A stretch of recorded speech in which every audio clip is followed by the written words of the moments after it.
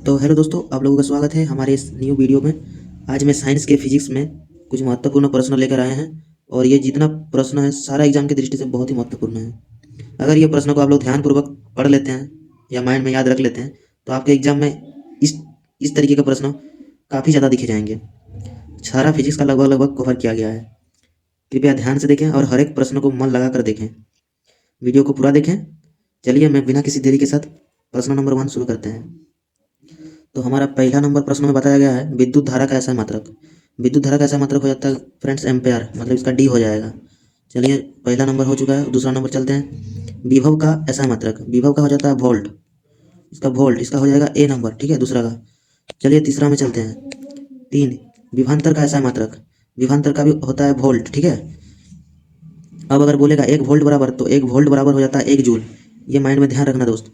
देखिए तीसरा का हो जाएगा ए वोल्ट, ठीक है, ध्यान रखना फ्रेंड्स। चौथा का प्रतिरोध का ऐसा मात्रक, प्रतिरोध का ऐसा मात्रक दोस्तों क्या होता है, प्रतिरोध का होता है ओम, इसका बी नंबर हो जाएगा, ठीक है, ध्यान रखना दोस्तों। थोड़ा साइज को कम कर लेते हैं, लगभग इतना कर लेते हैं। चलो पांचवा विशिष्ट प्रतिरोध प्रतिरोधकता का ऐसा मात्रक, विशिष्ट प्रतिरोध प्रतिरोधकता का ऐसा मात्रक होता है ओम मीटर। तो इसमें देखो ओम मीटर किस में है, ओम मीटर आपका इसमें सब में लगभग लगभग दिख रहा है। चलिए बी वाला हो जाएगा, इसका बी वाला ओम मीटर, ठीक है दोस्तों, ओम मीटर इसमें हो जाएगा आपका बी वाला ओम मीटर। हम लोग चैप्टर नंबर प्रश्न में चलते हैं। विद्युत शक्ति का ऐसा मात्रक, विद्युत शक्ति का ऐसा मात्रक क्या होता है दोस्तों, विद्युत शक्ति का ऐसा मात्रक हो जाता है आपका वाट, विद्युत शक्ति का ऐसा मात्रक हो जाता है वाट, ध्यान रखना दोस्तों, इसका बी नंबर। ये जितना प्रश्न है सारा ही सारा इंपॉर्टेंट है एग्जाम की दृष्टि से, कृपया ध्यान रखना। चलिए 7वां नंबर में चलते हैं। 7वां में आपका लिखा हुआ निम्न में से कौन सा मात्रक वाट, डब्लू मतलब वाट, वाट के बराबर है। तो इसमें हो जाता है आपका जूल प्रति सेकंड, जूल प्रति सेकंड, जूल प्रति सेकंड आपको किस नाम में दिख रहा है, जूल बटा सेकंड आपका दिख रहा है ए में। चलो इसमें ए हो जाएगा। अब चलते हम, 7वां हो गया, अब 8वां में चलते हैं। 8वां आपका इधर है। 8वां नंबर प्रश्न में बताया गया है एक यूनिट विद्युत ऊर्जा का मान, एक यूनिट विद्युत ऊर्जा का मान हो जाता है दोस्तों 3.6 इंटू 10⁻6, 3.6 इंटू 10⁻6 जूल। तो इसका किस में दिख रहा है, डी में दिख रहा है, इसका डी हो जाएगा, ठीक है, ध्यान रखना, हर एक प्रश्न को ध्यान रखना, ये सारा एग्जाम में आने का बहुत बहुत संभावना है। चलिए 9वां नंबर प्रश्न में जूल प्रति कूलम को क्या कहते हैं, जूल प्रति कूलम को कहते हैं वोल्ट कहते हैं, जूल प्रति कूलम को वोल्ट कहते हैं, इसका ए हो जाएगा, 9 का ए हो जाएगा दोस्तों, 9 का ए हो जाएगा, ध्यान रखना दोस्तों। अब 10वां नंबर प्रश्न में चलते हैं हम।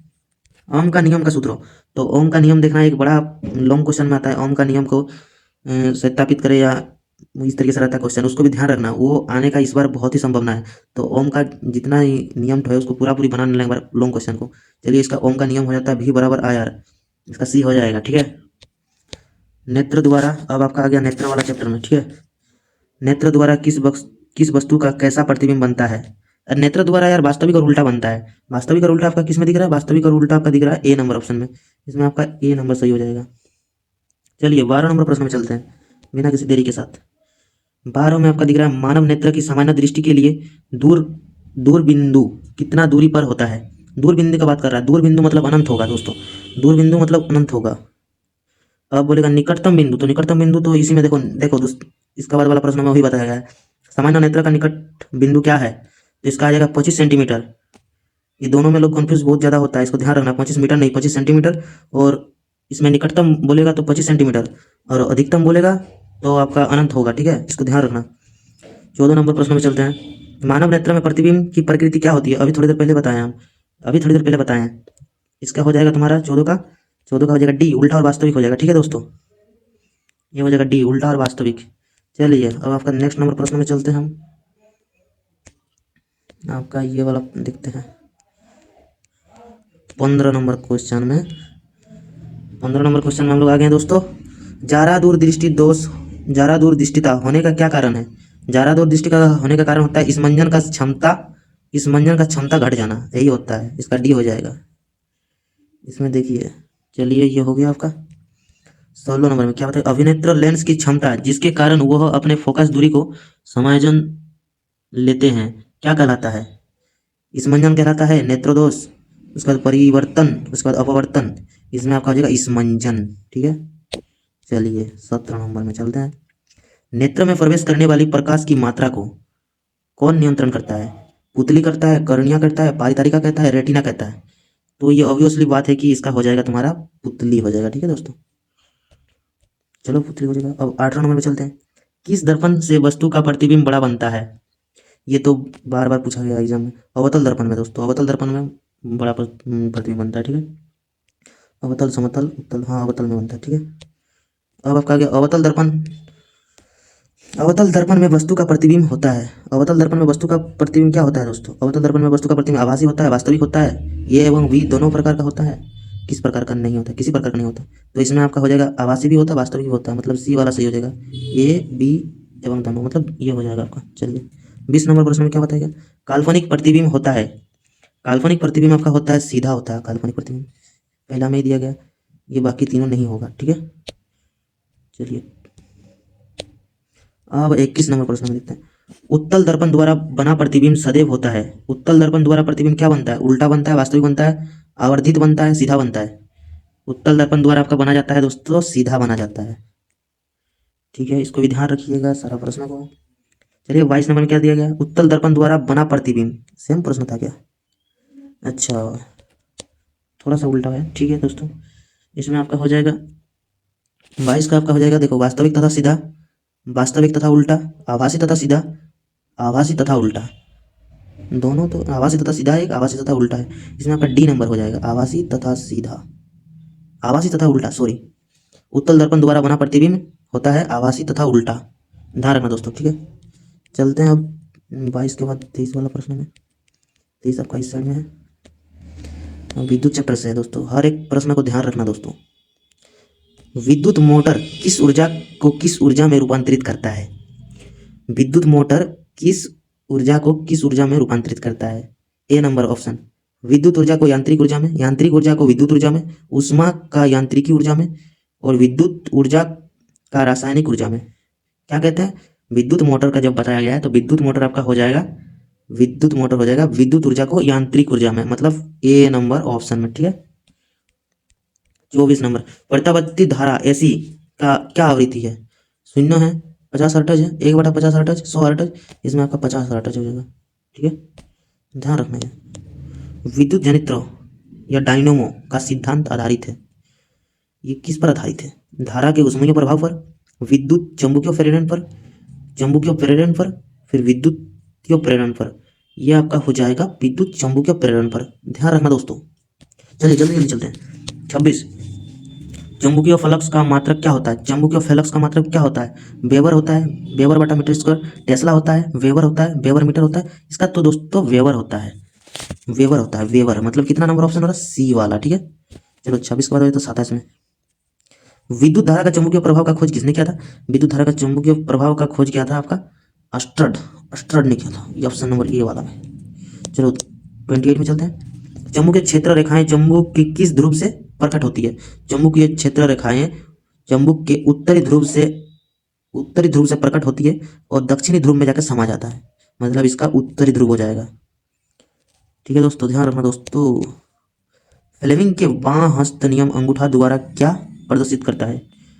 फ्लेमिंग के बाम हस्त नियम अंगूठा द्वारा क्या प्रदर्शित करता है? ए नंबर धारा, बल, चुंबकीय क्षेत्र। इनमें से कोई, इसमें से हो जाता है आपका बी नंबर, बल को प्रदर्शित करता है। ठीक है, 30 नंबर प्रश्न में चलते हैं अब। दक्षिण हस्त अंगूठा नियम में अंगूठा द्वारा किस दिशा को संकेतिक होता है?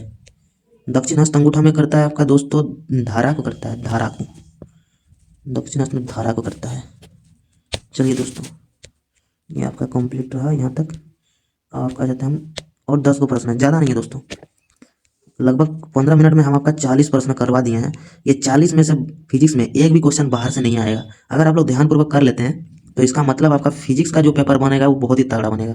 और फिजिक्स से लगभग लगभग आपका 7-8 नंबर आता है ऑब्जेक्टिव में। हम सब्जेक्टिव का नहीं बोल रहे हैं, सब्जेक्टिव का अगर हम जिस टाइम आएगा वीडियो उस टाइम बताएंगे। वो भी अगर आप तैयार कर लेते हैं तो आपका सारा का सारा प्रश्न देखने को मिलेगा एग्जाम में। तो ध्यान दीजिए, 31 में बताया गया है।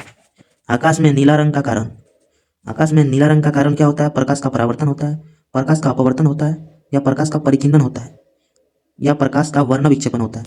तो इसका होता है प्रकाश का परिकिरणन। चलिए 32 नंबर में, वायुमंडल की अनुपस्थिति अनुपस्थिति में पृथ्वी से आसमान का रंग दिखाई देगा। वायुमंडल के अनुपस्थिति में पृथ्वी से आसमान का रंग दिखाई देगा। मतलब बोल रहा है क्वेश्चन में, अगर वायुमंडल नहीं रहा तो आसमान का रंग कैसा दिखाई देगा? तो आसमान का रंग कैसा दिखाई देगा? काला दिखाई देगा। वायुमंडल ही जब नहीं रहेगा तो परिकिरण ही नहीं होगा तो दिखाई क्या देगा? काला दिखेगा। चलिए ये तो हो गया। अब आपका यहाँ बताया गया है 33 नंबर प्रश्न में, देख दो। श्वेत प्रकाश का अवयवी रंग में टूटने की क्रिया को क्या कहते हैं? श्वेत प्रकाश का अवयवी रंगों में टूटने की क्रिया को क्या कहते हैं? इसको कहते हैं हम लोग स्पेक्ट्रम, अपवर्तन या वर्ण विक्षेपण या परिवर्तन। तो इसका हो जाएगा आपका अपवर्तन कहते हैं, ठीक है। श्वेत प्रकाश में कितने रंग होते हैं? श्वेत प्रकाश में कितने रंग होते हैं? श्वेत प्रकाश में 7 रंग होते हैं। चलो, प्रकाश का प्राथमिक रंग लाल, नीला, हरा या इनमें से सभी। प्राथमिक रंग जब आरजीबी लाइट, जिसको आरजीबी बोलते हैं, जब रेड, ग्रीन और येलो, रेड, ग्रीन और ब्लू, आरजीबी, आर से रेड, जी से ग्रीन, बी से ब्लू, अगर तीनों रंग मिलता है तब एक प्रकाश सादा रंग बनता है, ठीक है। तो इसमें आपका इनमें से सभी हो जाएगा, ठीक है।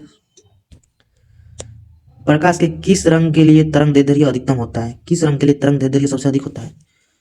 किस रंग का सबसे अधिक होता है तरंग दैर्ध्य? तो इसका हो जाता है बैंगनी, हरा, लाल, पीला। तो इसका हो जाएगा आपका लाल, ठीक है, सबसे अधिकतम। अब जब सबसे निम्नतम बोलेगा तो इसका बैंगनी हो जाएगा। निम्नतम मतलब बैंगनी और अधिकतम मतलब लाल। ये ध्यान रखना दोस्तों, कंफ्यूज करने वाला क्वेश्चन है। चलो अब हम लोग नेक्स्ट क्वेश्चन चलते हैं, और 4 क्वेश्चन है दोस्तों। लगभग 15 मिनट में हम खत्म कर देंगे, ठीक है। 15 मिनट लगभग हो ही गया, और 2-4 मिनट लगेगा। एक गोलीय दर्पण की वक्रता त्रिज्या 20 सेंटीमीटर है, तो इसकी फोकस दूरी क्या होगी? 20 सेंटीमीटर, 10 सेंटीमीटर, 5 सेंटीमीटर, 40 सेंटीमीटर। तो इसमें से देखिए, इसमें से आपने एक फॉर्मूला पढ़ा होगा, R बराबर 2F, ये वाला फॉर्मूला तो पढ़ा होगा, और F बराबर R/2, ये वाला फॉर्मूला भी तो आपने पढ़ा होगा। तो इसमें हमको क्या दिया गया है? वक्रता त्रिज्या दिया गया है, मतलब आपका R दिया हुआ है इसमें, और आपको क्या निकालने बोल रहा है? फोकस निकालने बोल रहा है। तो इसको किस तरीके से बनाते हैं? इसमें से आपका F बराबर R/2 होता है ना, तो R दिया हुआ आपका 20/2 कट जाएगा 10, ठीक है। तो इसका आपका हो जाएगा 10 सेंटीमीटर, ध्यान रखना, सिंपल है। अब देखिए, अब इसका बाद वाला जो प्रश्न दिया, ये देखिए, ये वाला शानदार है। तो यदि F का मान 12 हो तो R का मान क्या होगा? मतलब F का मान दिया गया, R का मान पूछ रहा है, तो आप R बराबर का फॉर्मूला लगाएंगे, R बराबर ना, हाँ, R बराबर आप लगाइएगा, तो 2 गुना F, तो 2 गुना F का मान कितना दिया गया? 12 दिया गया है, 24 हो जाएगा इसका। चलिए प्रश्न, अरे यार दोस्तों, थोड़ा सा मिस्टेक हो गया, सॉरी, इसमें आपका 24 हो जाएगा, ठीक है। अब आपका आ गया, अवतल दर्पण की फोकस दूरी होती है। अवतल दर्पण की फोकस दूरी होती है 0, धनात्मक, ऋणात्मक, इनमें से कोई नहीं। अवतल दर्पण की फोकस दूरी होती है ऋणात्मक, ठीक है। चलो अब चलते हैं 44 नंबर प्रश्न में। ये लास्ट प्रश्न है आपका, और ये प्रश्न के बाद आपका नेक्स्ट वीडियो आएगा, ठीक है। तो अगर आप लोग यहाँ तक देख रहे हैं तो वीडियो को एक लाइक कर देना, ठीक है दोस्तों, और अपने दोस्तों को भी शेयर कर देना। देखिए आपका लास्ट वाला जो प्रश्न है, किस दर्पण में आभासी फोकस होता है? किस दर्पण में आभासी फोकस होता है दोस्तों? क्या बताएगा प्रश्न में? किस दर्पण में आभासी फोकस होता है? आभासी मतलब आपका अवतल में होता है, उत्तल में होता है, समतल में होता है, या इनमें से कोई नहीं? ये आपका आभासी फोकस होता है उत्तल में, ठीक है दोस्तों। तो चलिए, आशा करते हैं सारा प्रश्न आपको समझ में आया होगा, और अगर किसी प्रश्न में थोड़ा सा भी डाउट लगा होगा तो कमेंट में पूछ सकते हैं आप लोग, और सारा कुछ तो समझ में आया ही गया होगा, ठीक है। अगर नहीं आया तो कमेंट में पूछ लीजिएगा, और अपना दोस्तों को शेयर कर दीजिएगा वीडियो को दोस्तों। अगर आपको वीडियो थोड़ा सा भी अच्छा लगा तो एक लाइक कर दीजिएगा, ठीक है दोस्तों। तब तक के लिए बाय बाय। अपना तैयारी को ज़बरदस्त करें और तैयारी करते रहें। चलिए दोस्तों, बाय बाय।